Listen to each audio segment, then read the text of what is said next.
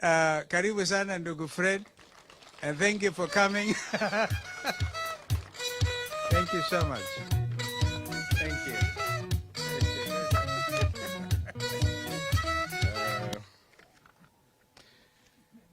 I'll also be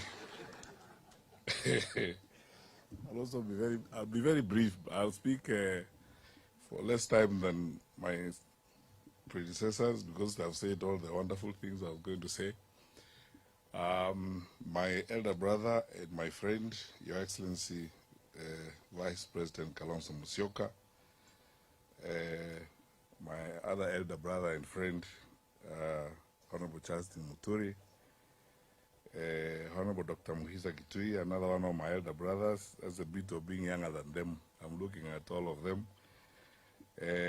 My friend, Wavija Ndeti, Her Excellency, the Governor of Machakos, Honorable members of Parliament who are here, Makao Mulu, we work together in civil society, my brother Obadia, my very good friend Ben Mumanyi.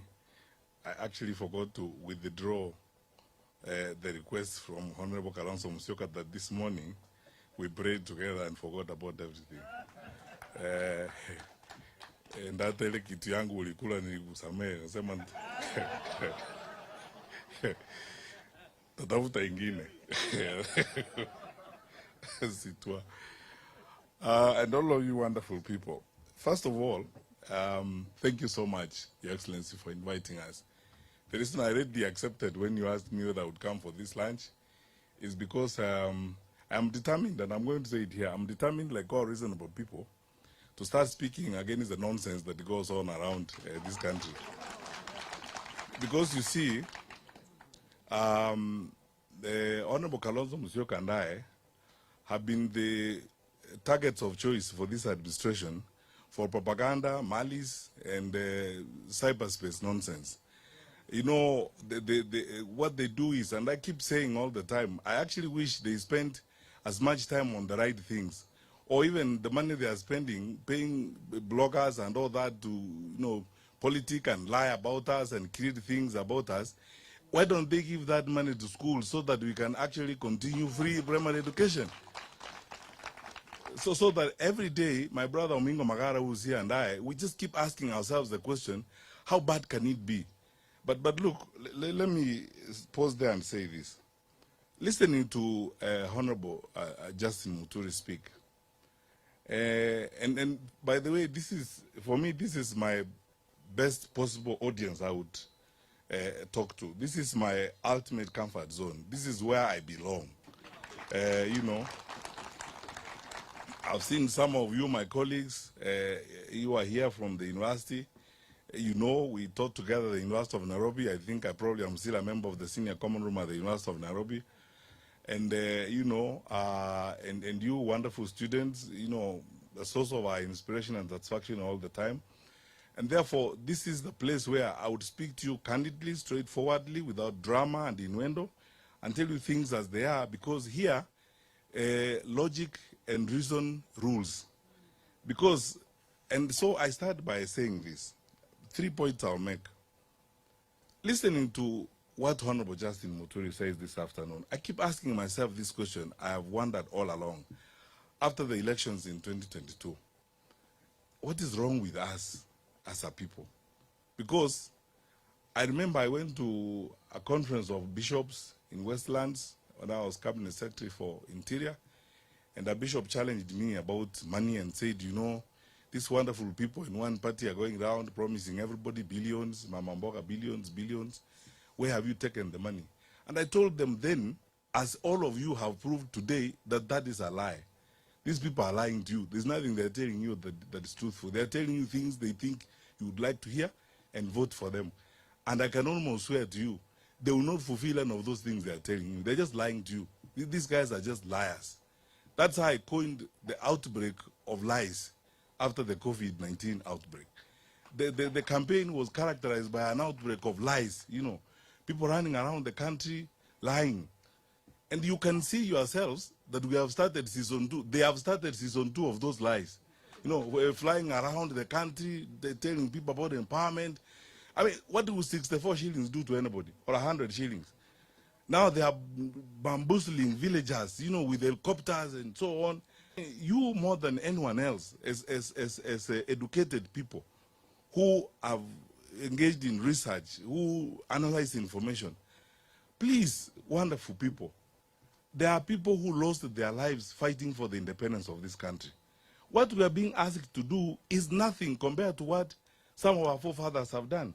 The sacrifices people have made to get Kenya to where it is. There are other people. I mean, I have to be honest with you, and then sometimes let's say things the way they are. There are people, including Mzee Raila himself, who have gone to detention, and other people suffering for this country to get us to where we are today. And many of those people, I cannot name today, who went to detention, suffered, getting us to where we are today.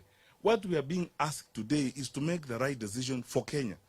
And the right decision for Kenya is that our good friends in the administration have clearly failed to manage the country. And then you don't even need a PhD. It's not rocket science. You can see clearly they cannot manage the country.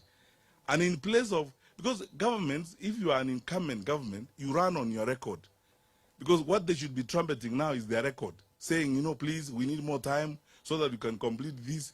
You can't ask for more time to do nothing. Because you have done nothing, you're asking for more time to do more nothing. You know. But that is what this is all about. And for you guys who are here, wherever you go, the challenge we have, and that's why I would like to be very direct on this matter, the challenge we have is to talk to fellow Kenyans. Forget about this business of the tribes and regions, I don't know whose turn it is and so on. Look, we are facing a real danger as a country. Look at, I can speak to you as a former Minister of Security. Look at what's going on in Madera. How? An independent country like this that's supposed to have an infrastructure in place and so on. What is that going on there? Look at what's going on in our cities and so on and so forth. You know, the rate of crime going up, you know, every day and so on. And if you doubt me, talk to people in the security sector in the country. They tell you their woes and their challenges. People talk to us. People are even going to whatever extent to look for private opportunities to speak to us. Their woes and their cries and the challenges they're facing, how they're facing all these problems. So I want to ask you this question. Surely, you're all intelligent people. We're all intelligent people as we're here. What are we waiting for? Do we even, Honorable Kalonzo Musyoka, do we actually need to campaign? What do you want us to tell you? You know, President Kibaki used to say, unataka tukuambie nini? What do you want us to tell you? Yeah. Yeah. What do you want us to tell you? Honestly. That describe what you can see what is going on in the country. And then you see all these dramas that are going on, you know, because the character of people who cannot deliver is clear. They will dramatize everything. They spend all their time on nonsense and the things that they lie. They use excuses every day and so on and so forth.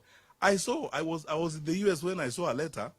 They have choreographed a letter purportedly from the chairman of the AU addressed to the head of state here to nominate or appoint Kalonzo Musyoka to go and do something in Western. You know, it takes time to pay people to spend time on that kind of nonsense. I mean, for a country that is supposed to be going forward, that's what they are spending time on now. If you look at the amount of money they are spending, those of you who come from Kisi, you know this. 2 months alone, the deputy president and some group of people have gone there 9 times, a record 9 times, supposedly for empowerment. 100 shillings, 64 shillings, you know, hustling villagers, we are empowering you, and so on. I mean, by the way, you don't even need a meeting. When you work, you don't need a meeting. Your work will speak for itself. Amana mnagani? Yeah. Your work will speak for itself. In fact, you will not even need to ask people to re-elect you. People themselves will be saying, let's give these guys another term. If they are going the way they are going, let them complete what they are doing. So, but what are they going to complete? Nothing. Give you more time to complete nothing. I mean, so, yeah.